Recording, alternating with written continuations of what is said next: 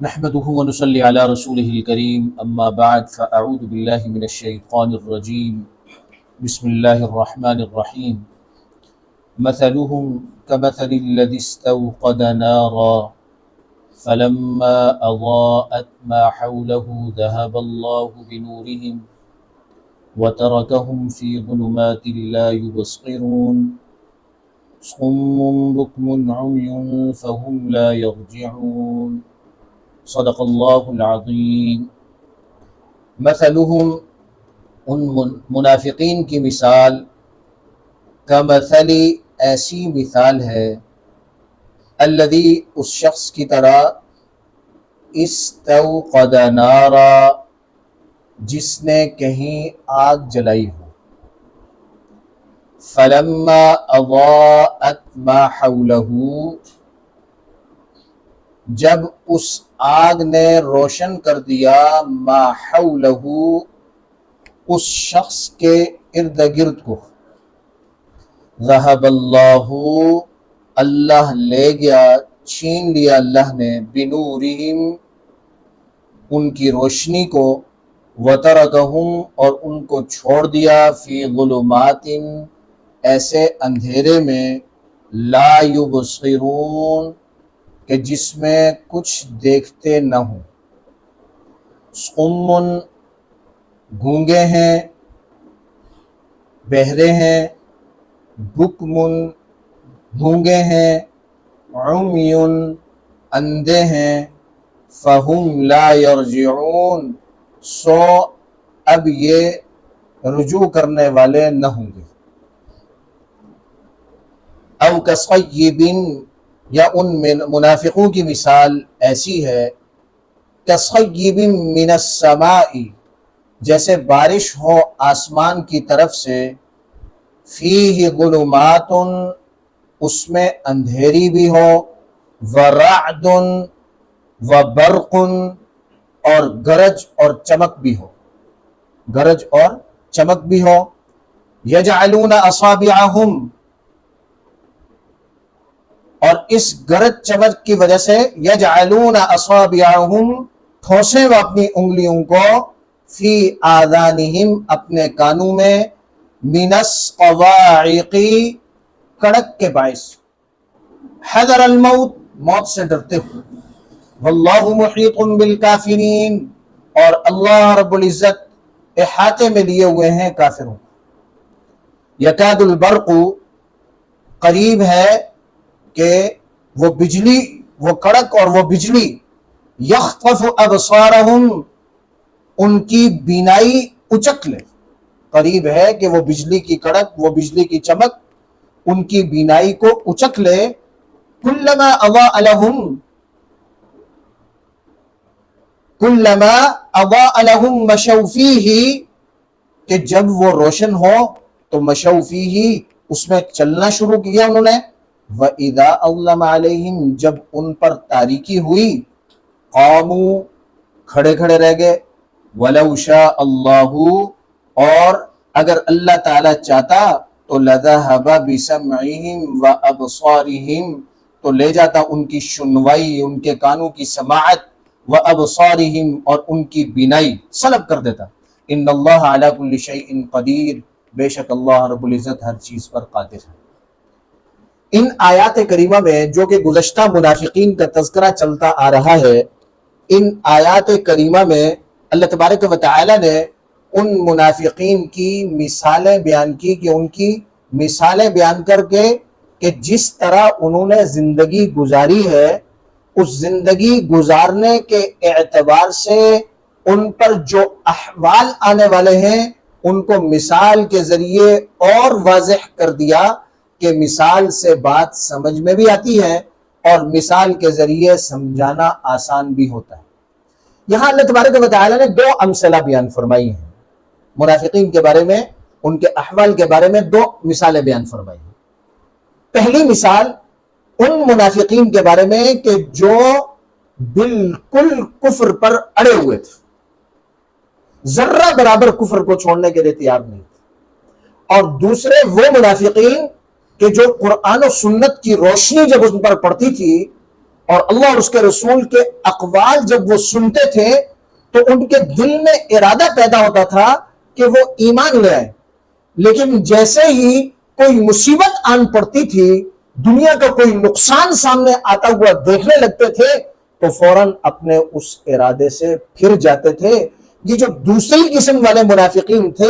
یہ تذبذب کا شکار تھے، یعنی جب حق بات سمجھنے میں آتی تو اس وقت تو ارادہ ہوتا ایمان لانے کا، لیکن جیسے ہی کوئی نقصان دیکھتے، جیسے ہی کوئی مصیبت دیکھتے تو پھر واپس اپنے کفر کی طرف چلے جاتے۔ پہلی مثال جو اللہ رب العزت نے بیان فرمائی کہ منافقین دنیا میں ان کا طرز کیا تھا کہ یہ ظاہری طور پر ایمان لائے اور دل میں کفر ہے، ظاہری طور پر ایمان لائے اور دل میں کفر ہے،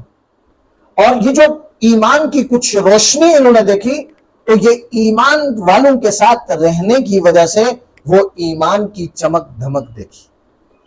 پھر جناب یہ جب مسلمانوں کے پاس آتے تو کہتے ہیں ہم تمہارے ساتھ، ہم ایمان لائے، جب کفار کے پاس جاتے تو کہتے ہیں ہم تمہارے ساتھ، ہم تو مسلمانوں کے ساتھ استہزاء کر رہے ہیں۔ اللہ فرما رہے ہیں ان کی مثال ایسی ہے کہ جنگل میں کوئی شخص وہ اپنے لیے آگ جلائے اور بڑی مشکل سے آگ جلے، اور آگ جلنے کے بعد اگر وہ وہاں سفر کر رہا ہے تو آگ کا ایک شعلہ لے کر سفر کرتے ہوئے آگے جاتا ہے، اور جنگل میں تاریکی بہت زیادہ ہے، اب وہ سفر طے کرنے کے لیے آگ کے شعلے کے ساتھ آگے چلنا ہے، لیکن ہوا یہ کہ استوقد نارا، کیا کہ جنگل میں وہ شخص آگ بھڑکائے، فلما اضاءت ما حوله،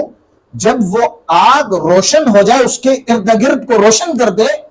تو روشن کرتے ہی اب اسے اطمینان ہو کہ میں سفر جب کروں گا تو اس روشنی میں آگے بڑھوں گا۔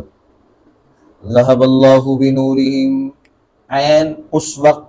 اللہ نے ان کے نور کو چھین لیا، آگ کو بجھا دیا، وترکہم فی ظلمات،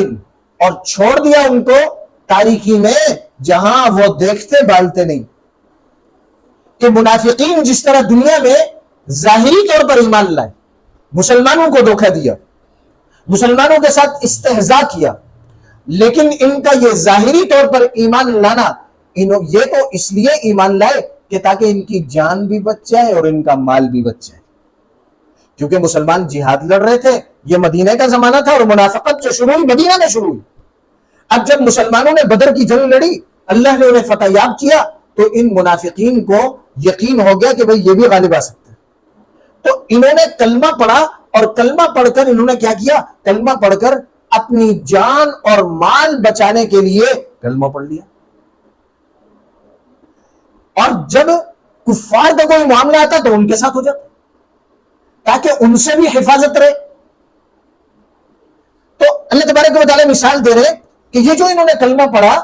اور یہ جو اپنی جان اور مال کی حفاظت کی، ان کی مثال بس ایسی ہے کہ وہ کلمے کی جو روشنی تھی وہ روشنی اٹھی، اور انہوں نے اس سے ان کی جان بچ گئی، مال بچ گیا، محفوظ ہو گئے مسلمانوں سے۔ لیکن آخرت میں ایسا نہیں ہوگا، یہ دنیا میں جتنی چال بازی کر کے اپنی جان بچا لیں، آخرت میں اللہ کے پاس آنا ہے۔ یہ جو تھوڑی سی روشنی ہے، ان کی مثال ایسے ہے کہ یہ روشنی بڑھکی اور ان کے ارد گرد روشن ہوا، جب ما حولہ، ان کے گرد و نواح روشن ہوا، اب انہوں نے سوچا کہ اس جنگل کو کراس کر لیں، اس جنگل کو کراس کر لیں اس روشنی کے ذریعے، لیکن اللہ تبارک و تعالی نے ان کا وہ جو نفاق تھا، اس نفاق کی وجہ سے اللہ نے ان کی روشنی کو بجھا دیا اور انہیں ایسا چھوڑ دیا کہ یہ اب کچھ دیکھ نہیں پاتے۔ پھر اللہ تبارک و تعالی نے ان کی مثال دی، کیونکہ یہ ان منافقین کی مثال ہے کہ جو کفر پر زبردست طریقے سے جمے ہوئے تھے، سمن، بہرے، حق بات سننے کی جو صلاحیت تھی وہ ختم، حق بات سننے کی جو توفیق تھی اللہ نے چھین دی۔ بکمن، گونگے، دنیا کی ساری باتیں کرتے ہیں اور دنیا کے اعتبار سے بہت آگے ہیں، لیکن دین کی بات اور صحیح بات کرنے کے اعتبار سے، اس کا اقرار کرنے کے اعتبار سے یہ گونگے ہیں، صحیح بات کا اقرار نہیں کریں گے۔ عمیان، اندھے ہیں،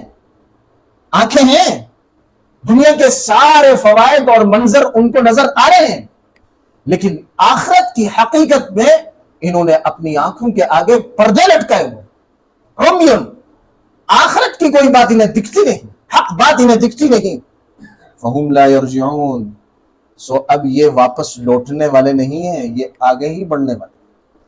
اور دوسری مثال اللہ تبارک و تعالیٰ نے کیا دی؟ دوسری مثال او کصیب، یا ان منافقوں کی مثال ایسی ہے جیسے آسمان سے بارش برسی، اور بارش بھی شدت کی، کہ جو پے در پہ موسلا دھار بارش برستی ہے تو بس تھوڑی دور تک نظر آتے ہیں، آگے اس بارش میں کچھ نظر نہیں آتا۔ اور ان بارشوں کے بارے میں گاؤں دیہاتوں میں ایسی شدت کی بارشیں برستی ہیں کہ بارش میں پھر کچھ آگے دکھتا نہیں، اور یہ ہے کہ فیہ ظلمات، اس میں اندھیری ہے، یعنی بادل بھی ہیں، اور ان بادلوں کی وجہ سے بھی اب آگے کچھ دکھ نہیں رہا، لیکن کیا ہے؟ رعد و برق، اس میں کیا بھی چمک ہے اور کڑک ہے۔ اب کیا بھی ان منافقین کی مثال ایسی ہے کہ ایک تو یہ جو کڑک اور چمک ہے، اس چمک اور کڑک میں موت کے ڈر سے اپنے کانوں میں کیا کرتے؟ انگلیاں گھسا رہے ہیں، اور کس وجہ سے؟ من الصواعق، کڑک کی وجہ سے، یعنی ایسی شدت کی بارش۔ اور دوسرا کیا کہ جو چمک آتی ہے نا تو یہ چاہتے ہیں کہ تھوڑا سا آگے بڑھ جائیں، تھوڑا سا آگے بڑھ جائیں، لیکن وہ چمک تو ایک لمحے کے لیے ہوتی ہے، لیکن اس کے ساتھ جو کڑک ہے اس نے انہیں کیا کر دیا؟ خوف زدہ کیا۔ واللہ محیط بالکافرین، اللہ احاطہ کیے ہوئے ان کافروں کا، اللہ کے علم سے یہ باہر نہیں نکل سکتے، اللہ کی طاقت سے یہ باہر نہیں نکل سکتے۔ اللہ ایسی قدرت والا ہے کہ کیا یکاد البرق یخطف ابصارہم، اور یہ جو برق ہے نا، بجلی، ہاں، اس کی یہ حالت معلوم ہوتی ہے کہ عنقریب ان کی بینائی چھین، ایسی زبردست کڑک ہے اور ایسی بجلی ہے، اور وہ کیا ڈر بھی رہے اور آگے بڑھنے کی کوشش بھی کر رہے ہیں۔ کلمہ پڑھا ہوا نا ظاہری طور پر، تو ظاہری طور پر کلمہ پڑھ کے مسلمانوں کے ساتھ بھی ہے لیکن ساتھ نہیں بھی ہے، کیونکہ اصلاً کفر ہے ان کے دلوں میں۔ کلما اضاء لهم، جہاں ذرا ان کو چمک ہوئی، کلما اضاء لهم، جہاں ذرا بھی چمک پڑی، مشوا فیہ، تو انہوں نے اس چمک میں کیا کرنا دیا تھا؟ چلنا شروع کر دیا۔ وَإِذَا أَظْلَمَ عَلَيْهِمْ، جب ان پر تاریکی ہوئی، قاموا، پھر کھڑے ہو گئے، جب ان کا تاریکی ہوئی تو پھر کھڑے ہو گئے۔ اب واللہ محیط بالکافرین، اللہ ان کافروں کا احاطہ کیے ہوئے۔ وَلَوْ شَاءَ اللَّهُ، اور اگر اللہ ارادہ کرے، چاہے، تو لَذَهَبَ بِسَمْعِهِمْ،